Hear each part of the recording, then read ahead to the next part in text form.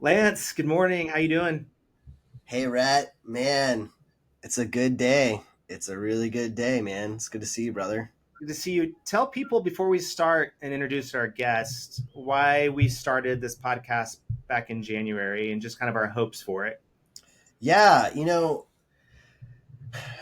we have been really moved by our community and what the restoration therapy community provides. I think one of the things that really touched, I feel like you and I, was when we started doing the turning from anxiety trainings. And I think we recognize like, wow, we are so much better when we interact with one another and we talk through concepts and things like that. So we decided, hey, or you decided, hey, Lance, would you like to do a podcast and talk about, RT concepts? Would you like to kind of grow people deeper when it comes to like the interactive experiential elements in the room? So that's kind of the big heart, is just to be a beacon to the community.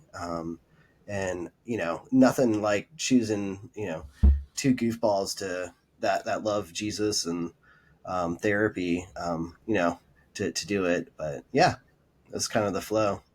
Yeah, and I think the reason I was really interested in this too is because outside of the model and the practice, like personally, my life has been changed by the people in the community and like Mm, Terry and Sharon walking me through some hard times in my own personal life. So I see I guess the integrity of the model lived out in real time with people, and that's yeah. important. So if Which, I mean, that's anybody, true for Terry and Sharon as well. I would just say like yeah, the our founders of the model, like the ones that brought it to us, have met all of us in deep, deep dark places in our lives and have really helped us to utilize restoration therapy in our own restoration. So yeah. well, I'm excited this morning. The person I'm going to introduce in a second, I received her name from a former student of hers, or I guess a supervisee of hers in the therapy world. And I got an email one day from this young woman, uh, Bisala. I'm always trying to conscious that I pronounce her name right. Bisala. She emailed me and said, "Hey, you have to meet Dr. Kassar. Like she's so amazing. She changed my life, and she introduced me to RT.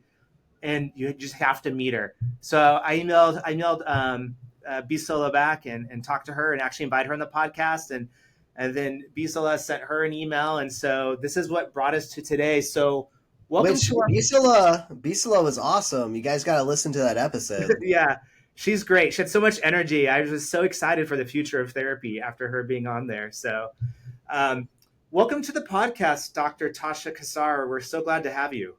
Hello, hello, hello. I'm excited to be here. Thank you for inviting me. And thank you, Yeah, Bisola. for sure. This is how that works. If you're listening and you know somebody that has impacted your life using RT, definitely let us know.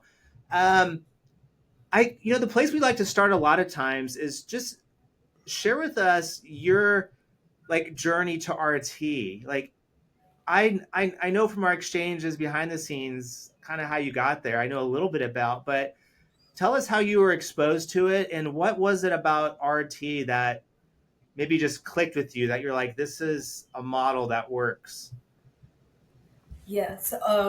So my background is in criminal justice. So I was in my PhD program. I was working in the prison doing a substance abuse counseling. Um, and we had it's called Meet the Masters. And so each quarter they would bring the founders of the models, and so we got to meet Dr. Hargrave. And he did restoration therapy. At the time, I was practicing CBT because that's the foundation of the models that we do in the criminal justice system. And so, but what I was using CBT, but I wasn't seeing a lot of change with the women that I was working with CBT. I was also using some reality therapy with that model. But the day he presented restoration therapy, and so I am an LPC. I have my PhD in marriage and family therapy. So the day he presented restoration therapy, from that system model, like it was like fireworks started going off in my brain, and I started to Yeah. like putting things together, not only for my clients but for myself. And I Come think that on. Yeah. made the difference. As he was talking, like I'm taking notes and I'm like working through my own pain cycle as he's up there explaining it. And I was probably that annoying student because I kept like raising my hand and was like, so, okay, so the primary emotion, would you say? Can you tell me a little bit more about the, and I just fell in love. And you said a word, and I never put it together until right now, but it was the integrity of the model. Yeah. It was just something that like Absolutely. grounded me, um, and like anchored me to it just made sense. And so that was how I was introduced to restoration therapy. And so from then, of course, I wanted to get trained in restoration therapy. So I did do the training, and I showed up the same way in the training. I was that person. I'll volunteer. I'll volunteer for that. And during that time, I was really going through a hard time. Just dealing with some inadequacy. So I'm in this PhD program, not really believing that I should be there, struggling with that, but I didn't have the language for it, right? So I was the striving, the behavior. So I was because that's what I knew to do. It was the striving, but I just couldn't get over. It sounds like you were describing a situation where you were experiencing. I apologize. Ah, even Alexa. serious things to say. Back off, um, Alexa. And so I volunteered, and so Terry walked me through it. And when I was able to pinpoint the primary emotion as inadequacy, it was life changing. Like to give it Wow. that thing that I was feeling voice, um, and then to be able to then tie it to all of these behaviors. It was just an eye opener. And then being able to take that and then take it back to the jail, these women that I was working with who had years of substance abuse and addiction. Hmm. And because I was walking it through myself, being able to walk them through it.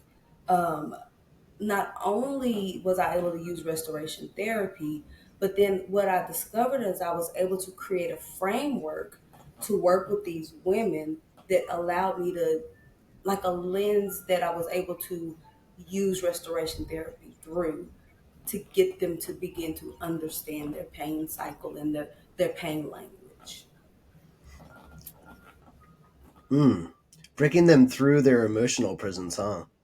Yes, yes. Dang, Dr. Tasha. So I was, good.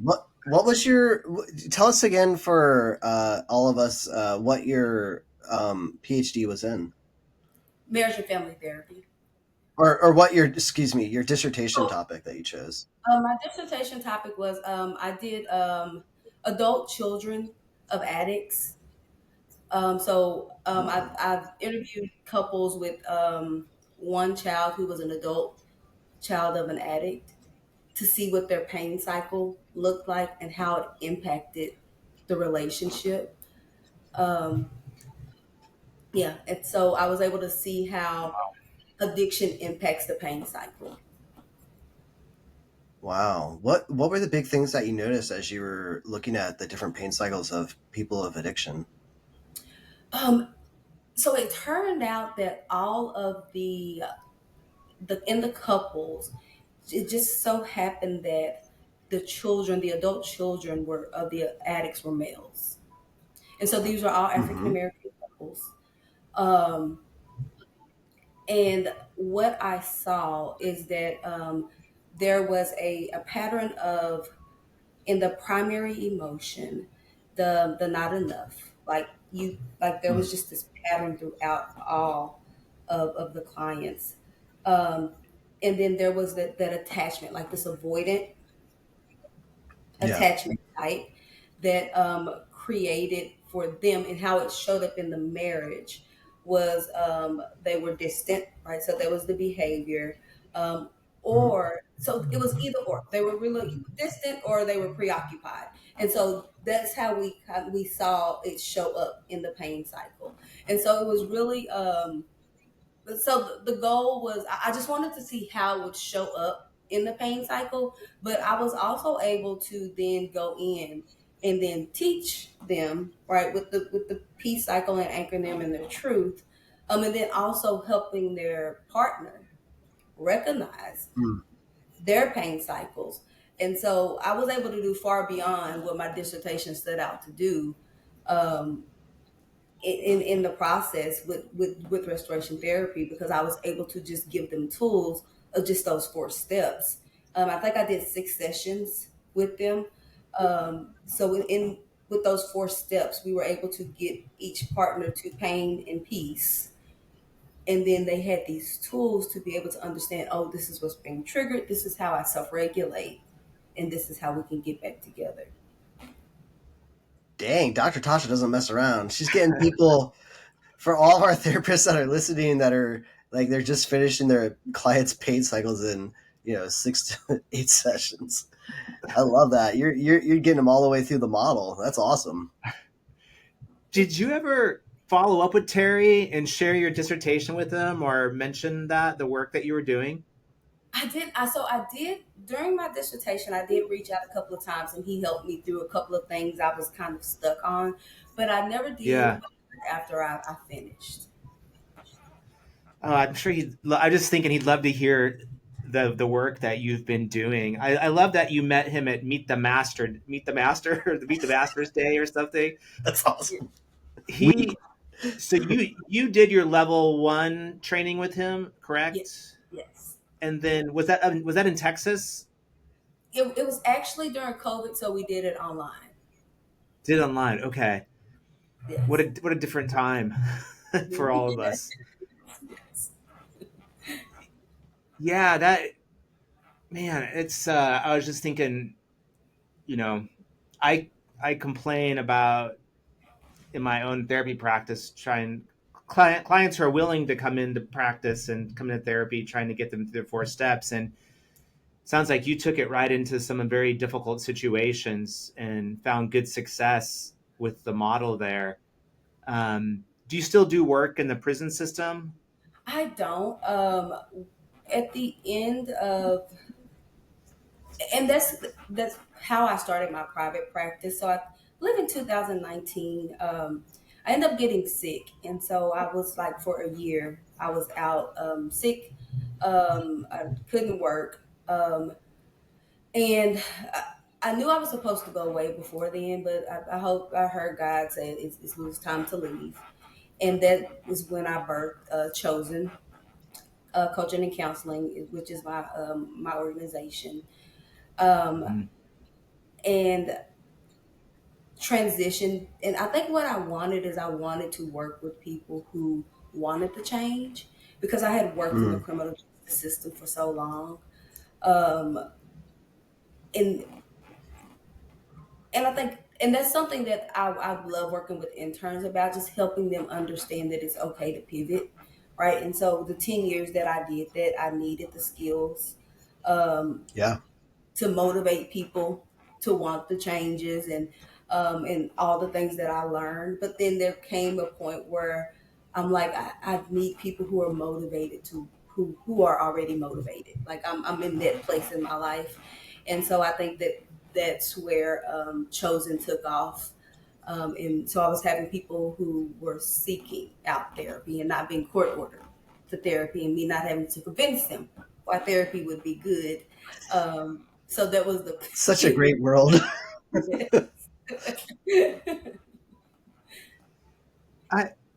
you describe, and we'll put links to your website. I really like you talk about that middle moment, and you're like that's the language you use, and about transition. And I guess I'm just curious.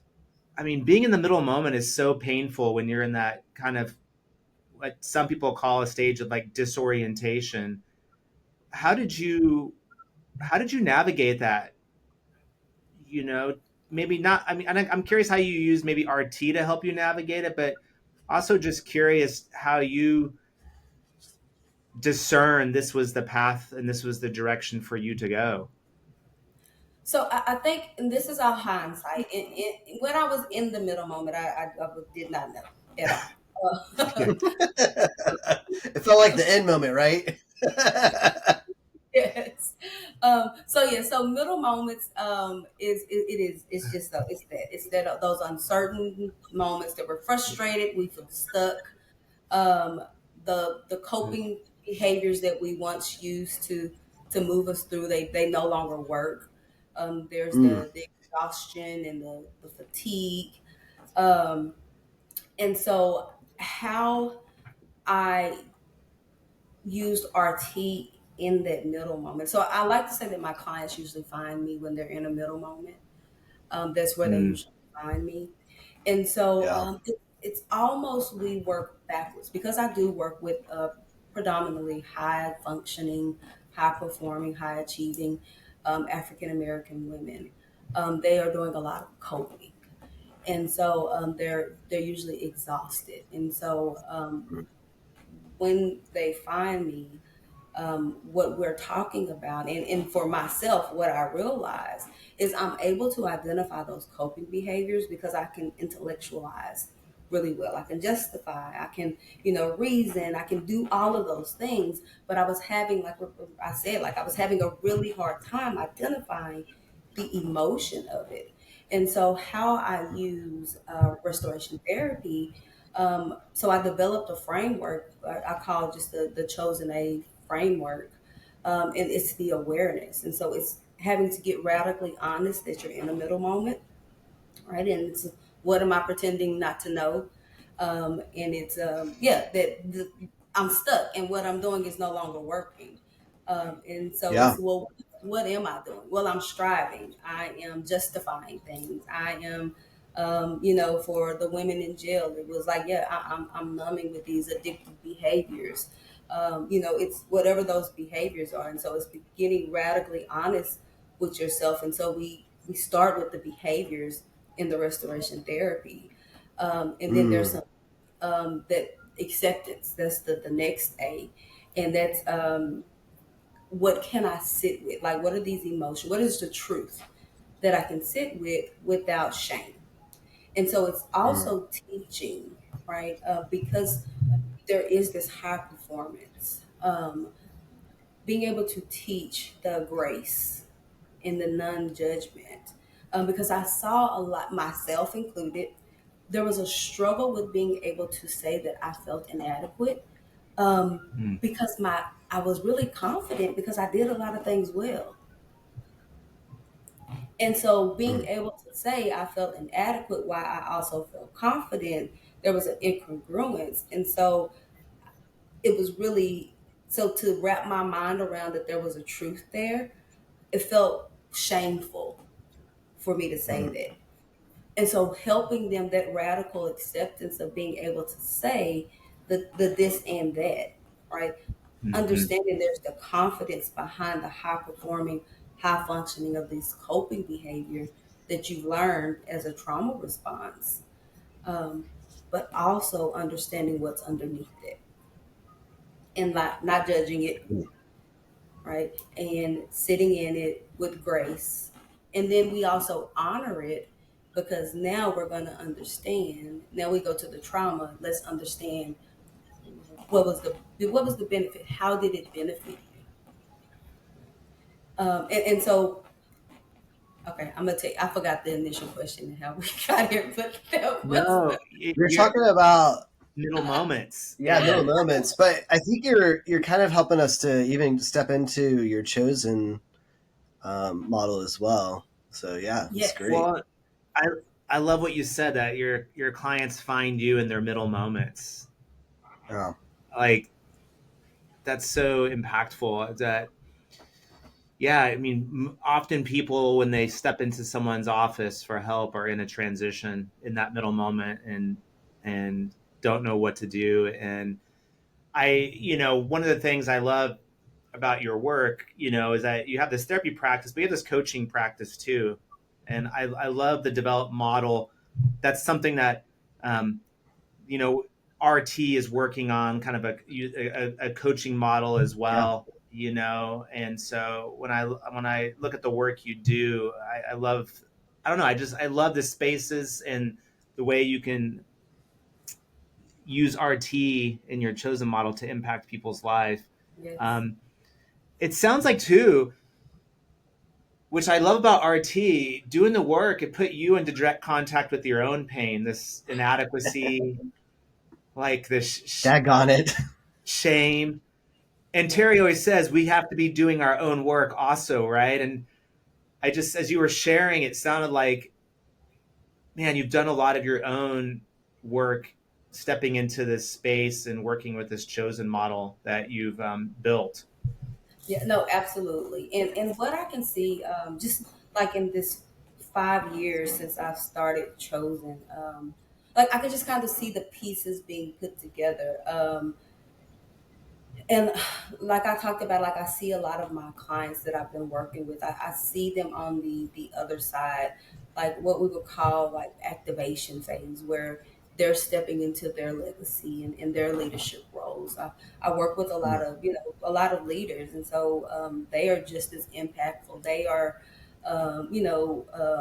leaders in their own rights, and they are sowing seeds, and so because they're anchored in their truths, um, because of the restoration therapy and being able to heal from that, um, I'm just able. I lately I've been able to kind of just see how the pieces have come together. Where I started, and just struggling with just just this constant striving. Like I felt like I was on this hamster wheel, and so, yeah, Yeah. I could do the things and finish the things, but it was just never enough. And it was just on to the next thing and over functioning and just,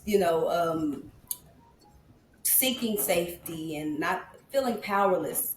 That was my primary emotion is that, like, feeling powerless. And so trying to control all of the things and how that was just showing up in all of the areas of my life. And then the more anchored I get in the truth, um, the more then I'm able to clarify the framework for my clients. Mm.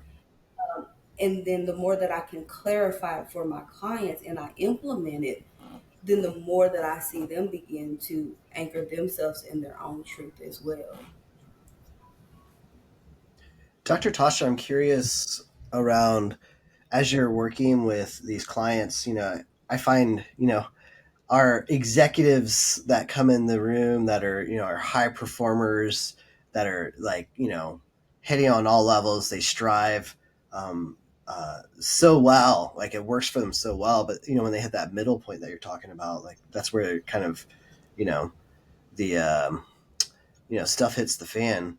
And, you know, I'm curious around like, as you're working like to work this sense of powerlessness or you're working this sense of inadequacy, um, what are some of the like when you're helping them to move into the truth part of the therapy moment, which I find my performers, they're so exhausting because they try and sometimes it feels like even getting to their truth is like a performance in a way. How what have you noticed as you're working with performers to help them, you know, to break free? I love your acronym of chosen. By the way, I think it's just perfect. But yeah, yeah. Tell us around more about that.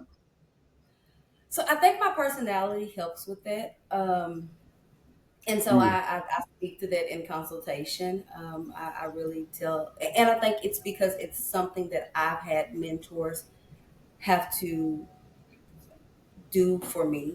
And that's just be radically honest and call me out on my stuff.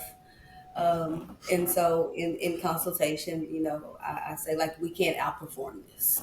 And so I'm going to lovingly um, call it out, like, here and now. And so I think that that is something that I learned early on, that I had a knack for, a gift for, the here and now, the in the moment, mm, being able to say, oh, there it is.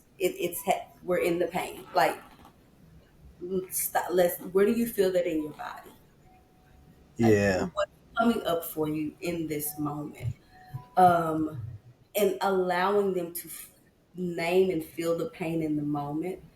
And I think having those experiences with them creates this safety, so that they don't feel the need to perform in the sessions. Mm. But this takes a while, and I was just talking to a client the other day who is on the other side of it, and she was like, "Do you remember like the first 3 weeks I came in, and you were just kind of looking at me, and Yeah. you were like, okay, are you done performing? Like, are we gonna get to work?"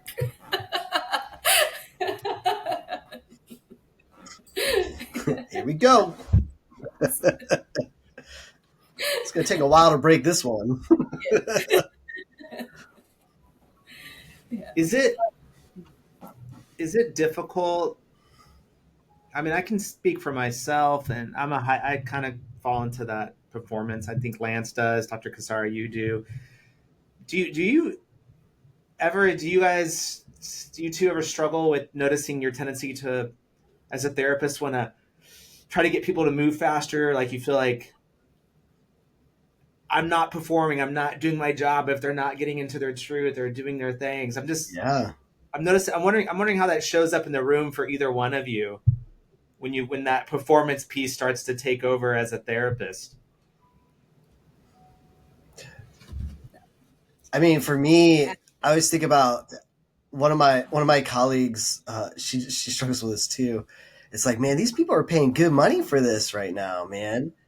I gotta, I gotta do the song and dance and make them happy, So it does come up for me a lot, like thinking about that financial investment and all of that, and if it doesn't go the way I want it to, or if they're, you know, I do, yeah, I'll get down.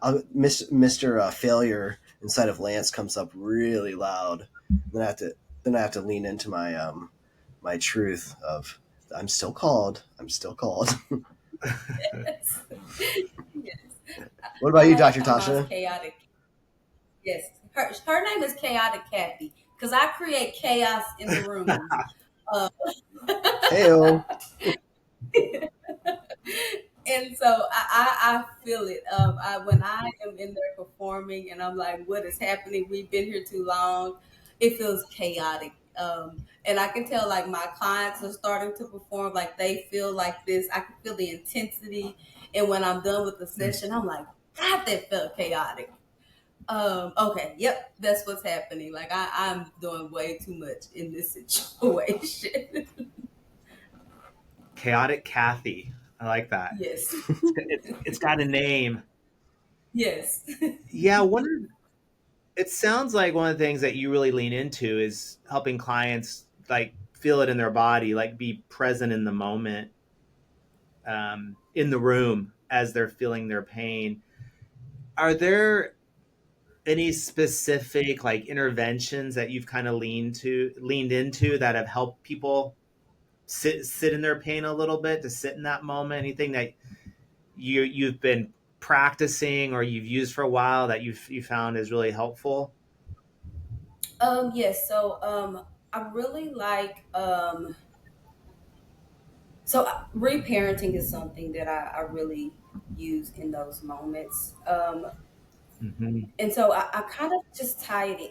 A lot of times it's just simple mindfulness and breathing, right? And what I've noticed is that a lot of my clients just don't breathe. Like they are not taking intentional breaths. And so Yeah. Oh. yeah, so just the basic is that.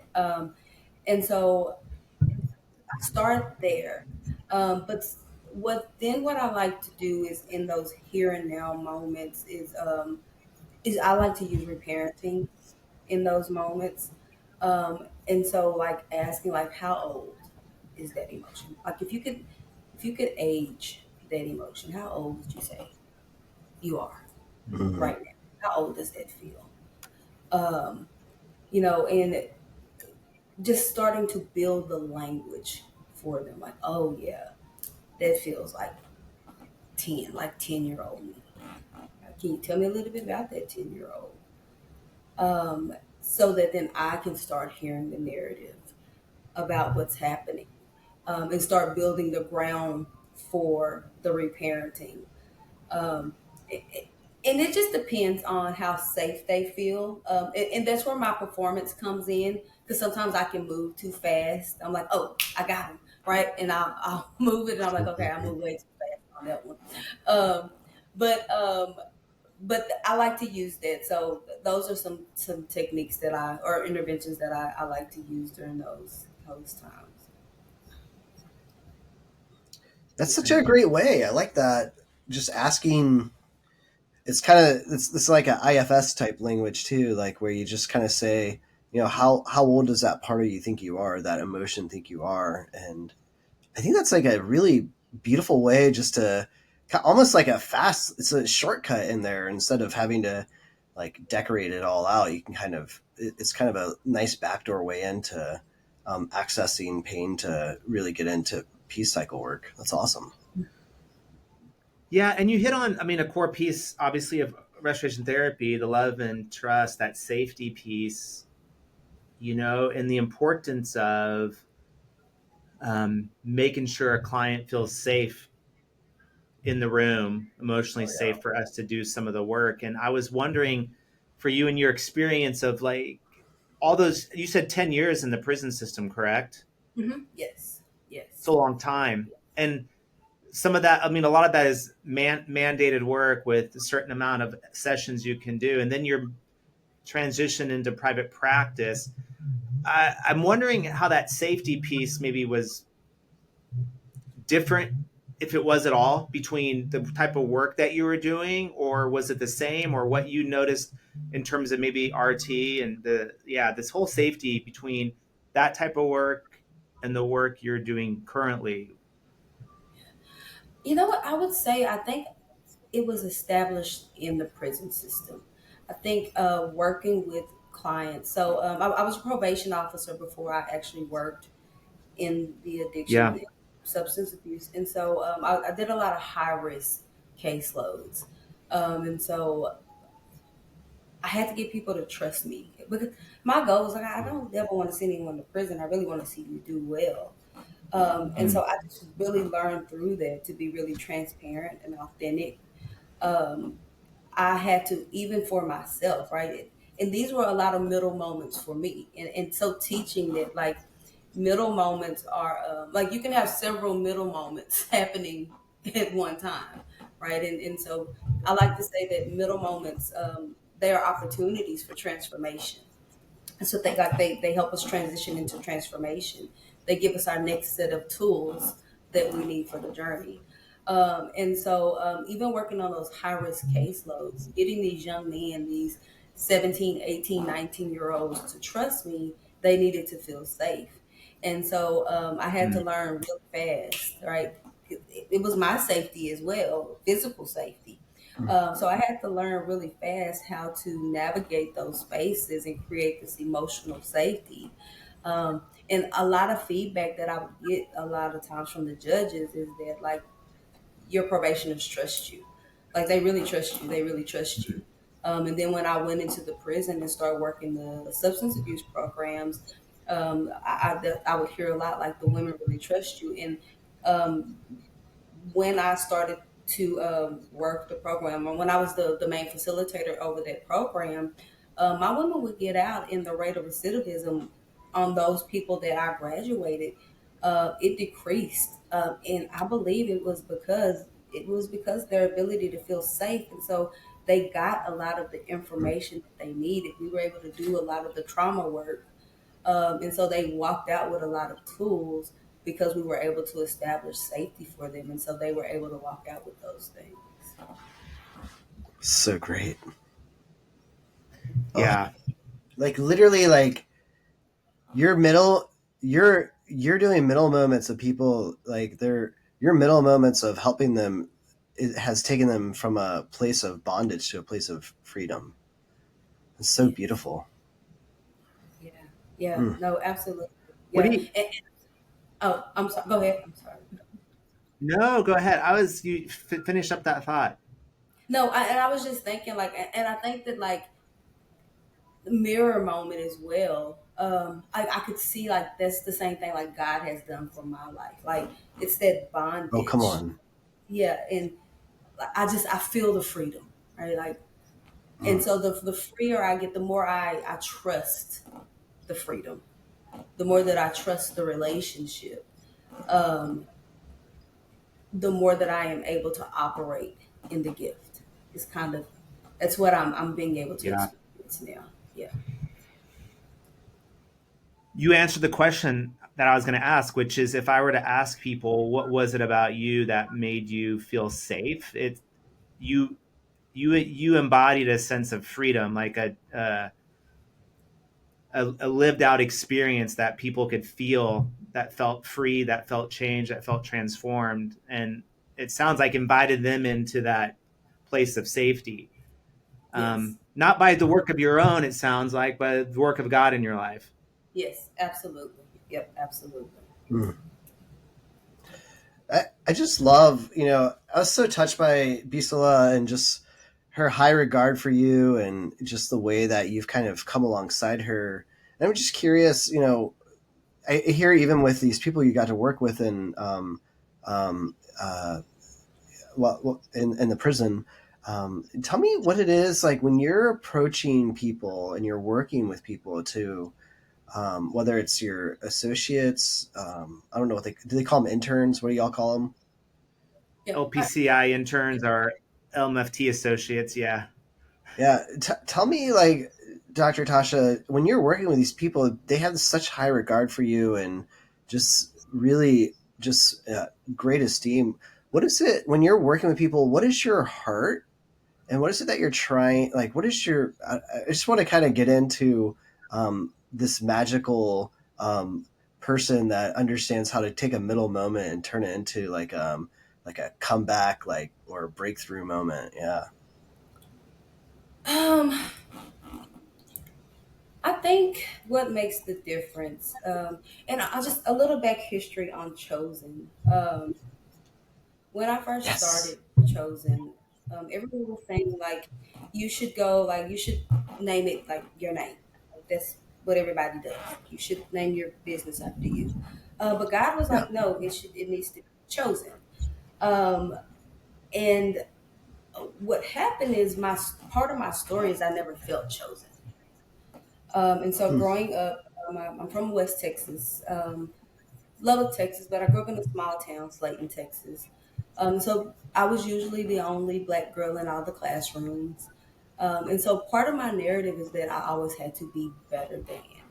Um, and so, I was always the last one picked. I always had to be smarter than. And then there was just a part of me that never felt chosen. And so God gave me the name Chosen, and it was like, yeah, because you are set apart. And so the women that I work with, right, like I just see it when they come in. I see this pain, and so they deal with the abandonment, the rejection, the betrayal, um, and so I believe that it's me too, right? My abandonment, my rejection, the betrayal, and my quest to believe my truth that I'm chosen, that I'm set apart.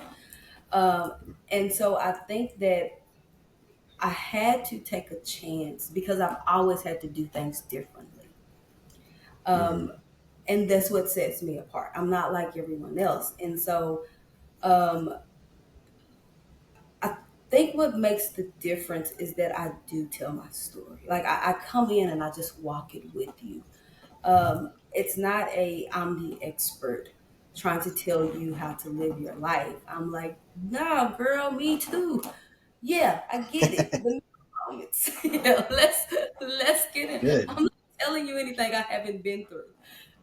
And I think that that's the integrity that restoration um, gives. It anchors you to. It's because it's like no, like I am in the pain too. Like middle moments don't stop; they transition us through life. And so, as I am learning, I then get to be transparent and then learning the difference, right? Of how can I hold space? How can I always be authentic um, without bleeding on my clients or on my interns, on my students? And so holding space for them, but being authentic and transparent. Where I come along beside you, um, in creating this safe space where I'm like, yeah, me too. Let me tell you what I tried last week. Yeah, and this is what I got to last week. Right. So yeah, Mm, so this is how I know it works. Um, and they're like, oh, yeah. okay, so I'm not alone. And so I think that that's why it works so well. Because I'm like, yeah, me too, my pain too. Mm. That's so great. I think, you know, you're a good steward of your pain. Like when you have taken that and you come alongside, I can, even as you talk about that, Dr. Tasha, I can like experience like the difference between the striver, that's just trying to be, you know, be better than, to the one that's just like come alongside. That's just so beautiful. I love that. Thank you. Thank you. Mm. I, I was I was reflecting on how many times when a client uh, moves into their peace, their truth for the first time, and how many of that idea of chosen has been the thing that like moves them forward. How powerful that is Mm. for them, and you've done us from parole officer to then working in the prison system to like private practice coaching. You've done a wide variety of things. I don't know. I would it seems like all that has brought you to this moment. To the work that you do. Um, Tell me a little bit more. I guess how all of these pieces. I'm not saying this right, but I'm curious how all that experience like jumbled together, mixed together, shows up in your work, like how it's made you like uniquely you. Because it's a really interesting, I think, combination of experiences. I didn't ask that question right, so give it a shot. um, I think working in criminal justice, it did lend itself to my control. That black and white, it made sense. Um, but it also, there were several points in the journey that I got opportunities, or that I met people who took a chance. Like I've always had favor. Like I will just speak to that. Mm. I remember my supervisor who supervised me in the prison when I worked in substance abuse. He told me, he said, I think you're brilliant. He was like, but you are so hard to work with. And I was like, what? He's like, yeah, you're really defensive. He was like, so he's like, I'm not gonna lie, I'm a little scared to give you feedback because you're so defensive. But he was like, he knew substance abuse, he understood it, and I wanted to know it, and so I said, okay, I'll accept that. So give me some time because I want to figure out what's happening and why I'm so defensive. I don't know why I'm so defensive.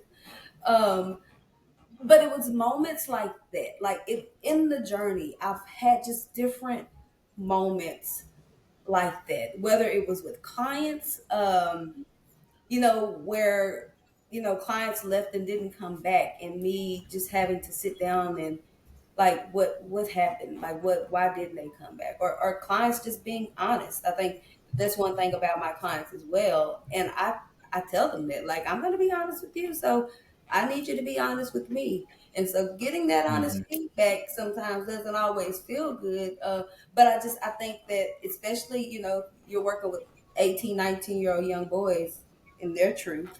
And so just having to look at those things, I think God has just used all of those moments, to just create this framework. And especially, so I was just doing it at first, but when I got in the prison system, and because I was working with these women for a prolonged amount of time, um, I began to see, like, okay, there's something, like, I keep there's a pattern here, and I don't know what it is. Um, and that was the framework. So that was the awareness of it, and I'm like, oh, okay, I can see in our trauma. Um, Part of the coping is the rationalizing, and that means that we're not being honest with ourselves, and so there needs to be a part of this awareness. And so I started to build out the awareness, but first I had to do it with myself. And so anything that I've Mm. had to do with a client, I've had to do with myself first. And so God, in all His kindness, has always brought someone in my life that would help me um, do the thing, the framework, and then I would implement it, and then I would learn how to implement it with my clients. It's great. Yeah, I love that. So I'm looking at the time and I'm like, we have to do our intervention moment today because we have to move into. I wish we had like maybe we'll get. I would love to do a Dr. Tasha Bisola episode at some point. Yeah. And just let maybe we just have them do a few episodes, but uh, I'm excited to get to this intervention moment today. What do you think, Rhett? Yeah, you got. Go ahead, Lance. Well, I want to start with Dr. Tasha. What are some of your favorite interventions that you're finding yourself doing now in the therapy room? Um. So again, I love. I like to do reparenting. Yeah. I like to do the wiser self. I've reframed it, Mm-hmm. but that's what it is. Um, and then lately, something that I have been doing for myself is some neurosomatic. So just really trying to understand. So in the truth, just in the body, just trying to figure out how to rewire and feel it in the body. So I'm trying to do it for myself first. And so my Yeah. goal is I want to do some training on some somatic work, um, so that I can in my brain and go with me because I'm still trying to understand it for myself. I'm But with in you. my No, brain, this is good. when I when I get my clients to the truth, so I can get them to feel the pain in their body. Um, and so I'm just trying to figure out how to, as we're moving the pain, how to also anchor. It's almost like the GPS point. Like, how do I reroute the truth as we're getting into the truth. And so I'm trying to figure it out for myself, and I want to take some training for myself before I Mm. implement it. But those are some of the interventions that I'm using right now. That's so great. I love that type of intervention. Terry does this a lot too. He'll have you put your hand on your heart or even like wherever that place is. And then he'll say, all right, stop, say, and then it becomes he does it enough times in the therapy. And this is what I've been doing is instead of like, telling them to stop and do their 4 steps, I'll say their name, right? I'll say Rhett, and then I'll just put my hand on my heart. So, and that there, it becomes this new language between us of, hey, oh yeah, I need to do my 4 steps. What's that truth? Say it again. We'll stand up or whatever. You know. Um, so yeah, I feel like the more that we attach it to our bodies and we make it physical, it just, I don't know, it just like marries everything so much better.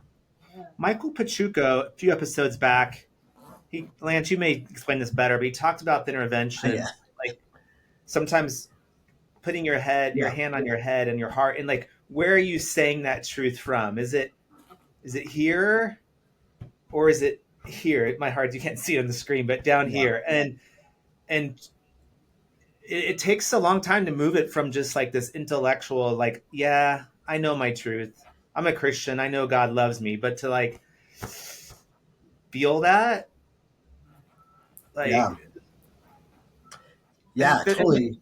Like the thought. I was thinking with strivers, like they feel it so much in their necks a lot Mhm. of times when they're performing. So I'll have them kind of put their hands on their necks sometimes and just be like, all right, how's this working for you? You know? I like that. and then What have them stretch their arms out, and that usually relaxes it. I love that you're something you're working through, and I was like thinking your phrase about kind of like rerouting through their GPS, their truth. Like, what would that look like in the end? Like, what's your like? What if it works and this intervention works? Like, what would happen in the room? How would the client experience that? You think at least right now in your understanding of it, what might that process look like? I think it would look like, so I'll tell you how I'm experiencing it now. Um, so there's almost like an alignment. So I noticed that my pain is there. But and I am noticing, like I didn't recognize it until you started doing it, but I do realize that I am placing my hand on the pain. But there's almost there's Mm. an alignment happening, and I noticed that I, even if I don't acknowledge the truth here, I'm moving in it. Like, so there, like my body's responding as if it's true. So even like preparing for this, right? Like I do all the inadequacy stuff and I'm like, okay.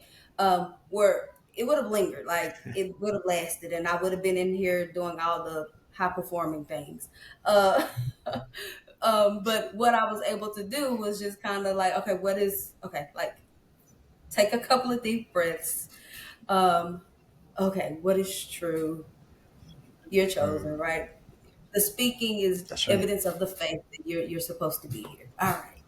Um, and then I just show up as if. So there's like an alignment that happens. And what I'm realizing is that just like the coping skills and the pain just show up in the truth, those behaviors show up. So I may not even realize the emotion or the belief, the primary emotion has changed, but the behaviors are there. Mm. And so That's now I'm good. having to go back and track, like, oh, yeah, I am operating as though I am chosen. Oh, I am operating as though I believe that I'm enough. Yeah, I one of the things this has been something I'm learning here recently too. I think one of the really powerful things about RT, and I think why it's really transformative across whatever culture or background or context you're working with, is that it invites clients into an opportunity to take an empowering stance, right, in their truth, regardless of their situation. What is the truth, and what is that empowering self stance I can show up in now? And I I was thinking of that too, because sometimes we don't always feel it or believe it, but we take that stance anyways. Yeah. And the more we step into it, the more it kind of reinforces this idea. Because I would imagine in the beginning you didn't feel chosen necessarily, but you were doing things maybe that if I saw you, I'd be like, that's somebody who knows she's chosen, even though maybe you didn't feel it totally. Right? Yes, correct. Absolutely. Yes. It's good. Yeah, that's what I love about RT. Just, man, inviting in that moment. What you know, the empowering stance. Or you said you're reframing the wiser new self a little bit for your work. I would imagine for your coaching work. What does that look like right now for you? It's more of, I'm trying to find language that makes sense for the clientele that I work with. And so when Mm-hmm. I first started and I would use the wiser self, it wasn't landing. So like, yeah, the intellect, like they would just, yeah, I'm like, okay, like let's hold on, that's not working. So what we just do is we use fresh perspective. Like let's look at this from a fresh perspective. Um, Mm. and I think what that allows them to do um, is one, get out of the black and white. Um, but it is the wiser version of themselves saying, oh, there's more than one way to look at this. And so that's the lingo, like, so that's the language. Oh, fresh Yeah. perspective on this. Yeah, that's good. Yeah, the future wiser self has a certain imagery of like I picture Lance with like smoking a pipe with a little big beard, talking about the future wiser self. The guy that the guy that's finished, you know, all the stuff of life and has Yeah, finally. Unfortunately, it doesn't work for me because I have a summer beard. yeah, It's summer here, summer there. It's just not going to happen. I like it, Lance. See, she was nervous hopping on the podcast with us until she met us. She's like, "This is gonna be easy." She was like, I can hang out with these two schlubs. Yeah, I don't have to Um, perform at all. well, I did want to talk about one thing that you've done, Dr. Tasha, that I think, for our listeners, I think is such a great exercise to do with your clients. And I like how you've taken chosen and you've turned it into an acronym on your website. I don't know how often you do this with your clients, but I'm going to read what it says here. It says, chosen isn't just a name, it's a call to see, excuse me, see, courageously harness resilience. And the C and the H are kind of like the, first two letters of chosen. And then own our authenticity. That's the O, right? S is to shape a purpose driven life. That's the S, chosen. And then E, empower yourself with confidence and clarity, comma, while nurture growth, healing, and self love. And I love this line. You say, you are not here by accident. You are here because you were chosen. This is like a soliloquy or an acronym, and I think it's a great exercise to just spin with clients to take their words that they have put down on their truths. And I like how yours lean into new action. I am chosen so I can courageously harness resilience. I am chosen so I can own my authenticity. I'm chosen so I can shape a purpose driven life. I'm chosen so I can empower myself with confidence and clarity. I'm chosen so I will nurture growth, healing, and self love. So I would really recommend if you have a client that has, a truth that, is not too long because it can get pretty long. Is try and link those together. It's such a great exercise to do, and then have them like recite it in session with you. It can be super powerful. When I read that, I was like, yes, Dr. Tasha's our people. I, I don't think I've done that before, Lance. Oh yeah, it's so much fun. Like taken that and help kind of link that, I have them write something. If I've done it, it was unintentionally. So that's a good one for me, I think, just to like pay attention to, because clients often know themselves best, even though they don't think so, and taking their language and empowering them to do that. It's almost like a vision mission statement people have. Yeah, People like to have this vision or mission statement, but to have this statement about their truth that they can access, I think that would be really powerful. I like that. I'm gonna have to practice that. nice. Is that your flow? What you're thinking, Doctor Tasha, or is that what I just? Did you just make that up, Lance? Just kidding. No, no, absolutely. Yeah, that was the flow. That was how I landed in my truth of chosen. Like that was because I'm chosen. These are the things that I want to do for myself. Yes. It's so beautiful. That is that you are aligning right there. It's so powerful.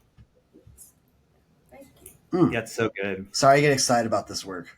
No, I'm excited that you recognize that. I don't think you like no one else has put that together, so I appreciate that.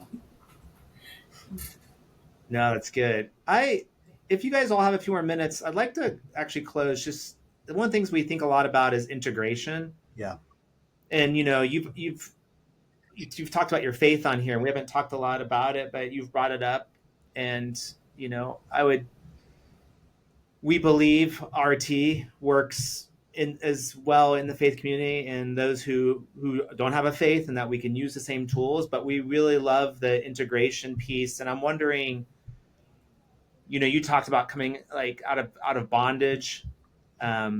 you've referenced just the work of God in your life, and I'm curious, like right now in the work that you're doing, if there is I don't know, a story or a passage of scripture or a character that you find yourself like leaning into a lot that kind of quantifies this RT work that you're doing.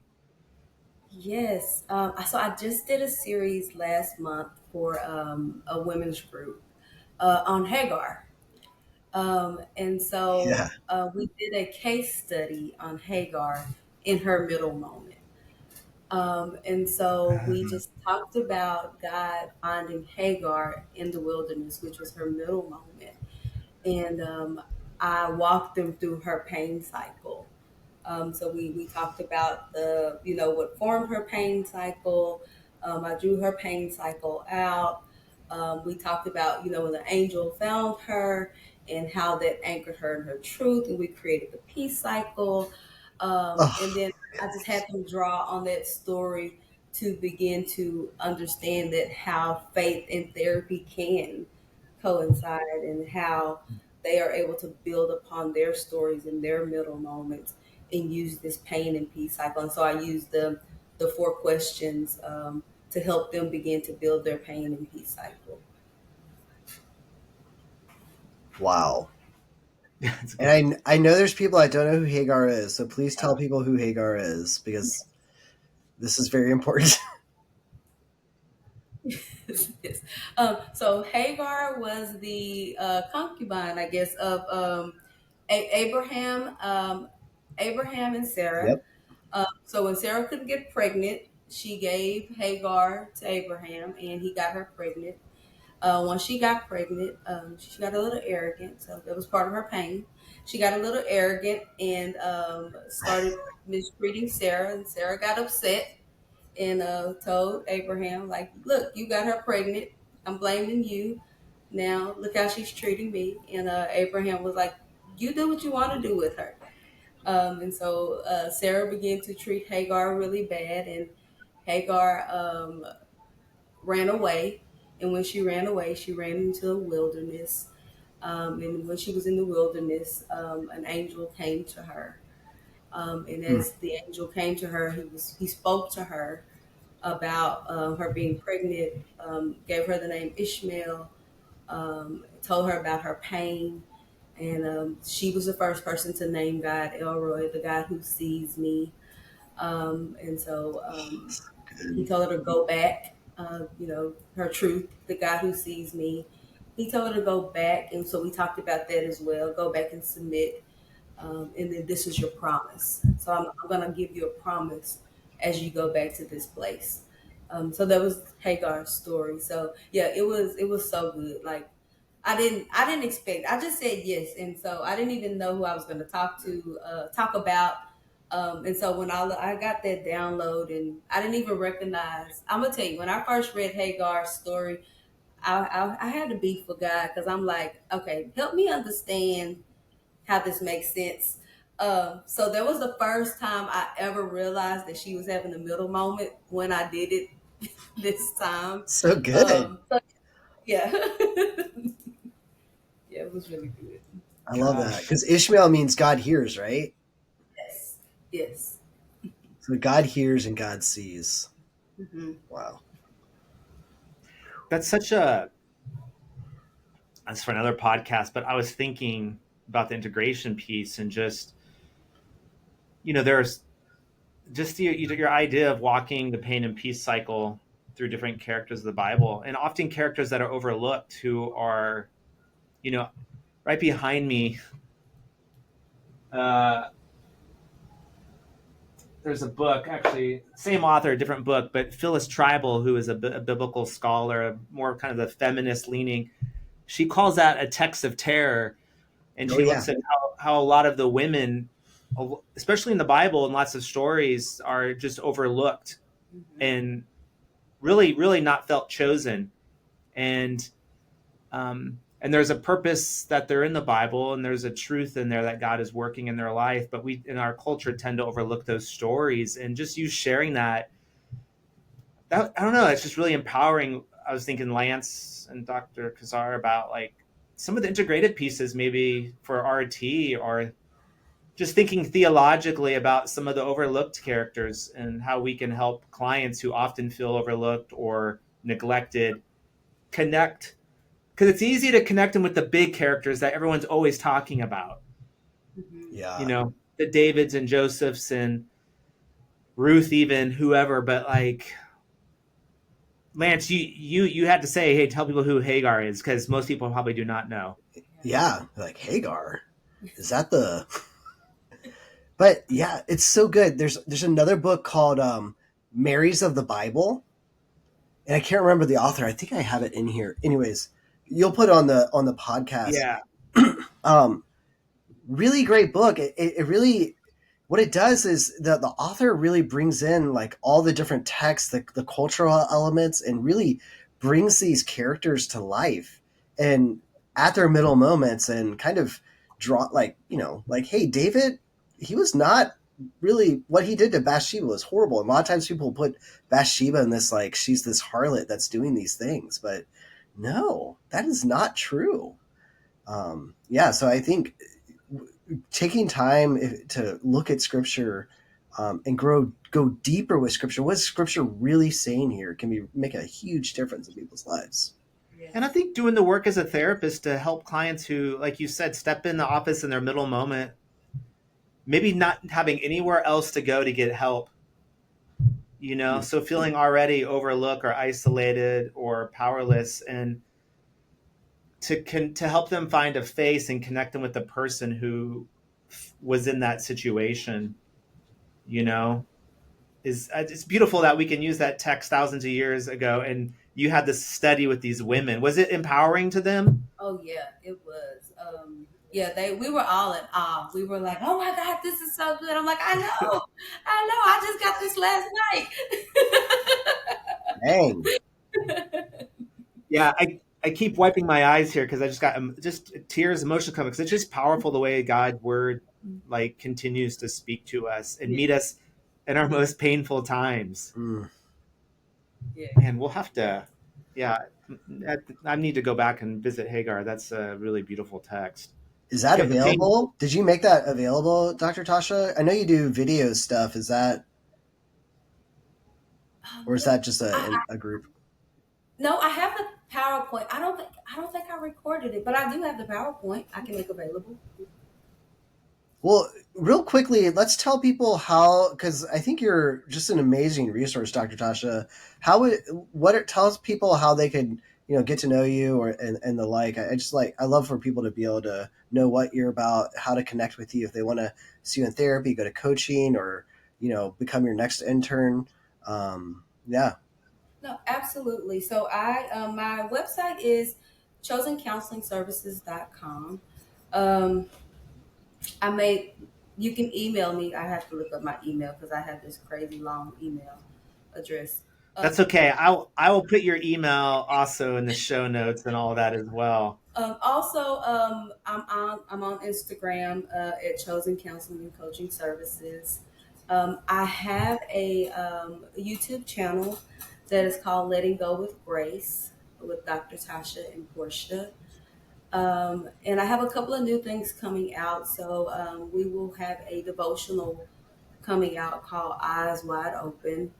Um, Mm. and it's about the middle moment and just taking these 21 days of just walking through this framework. It does have some just restoration therapy, just of understanding your pain and taking it to God. And I am looking for some new interns. So if you would like to work with me, I am open to just meeting with some people. Bisola was a absolute joy to work with, and she sharpened me much more than I probably sharpened her. She doesn't know it. Um, and then She's amazing. yes, she is amazing. And then last, I will be launching a YouTube slash podcast called Just Talk with Dr. Tasha. And then the goal is Yes. just to have just my avatar, my clients. So high achieving African American women just to come on, just to get some clarity, just some radical honesty. So helping them understand what they aren't being honest about and just getting them to the next step and then getting them plugged into some resources. Mm. Wow. Yeah, and that long email is chosen at counselingcoachingservices.org. But I will put all this in the show notes. And I'm going to add you to our. We just started. I just started because Lance is in California, not Texas, but I just trying to start an RT Texas kind of Zoom call once a month just for RT therapists to connect and talk and consult and just get that off the ground. So love to have your experience and voice in that conversation whenever you're able, and look forward to connecting with you, hopefully in person No, at some absolutely. point here. Absolutely. Well, any final words, Lance? I'm just thankful. Thank you, Dr. Tasha. I just so blessed by your work, your heart, and your passion. You are a gift to all of us. So thank you so much. Thank you. No, Thank you. Have a good day, everyone. thank you.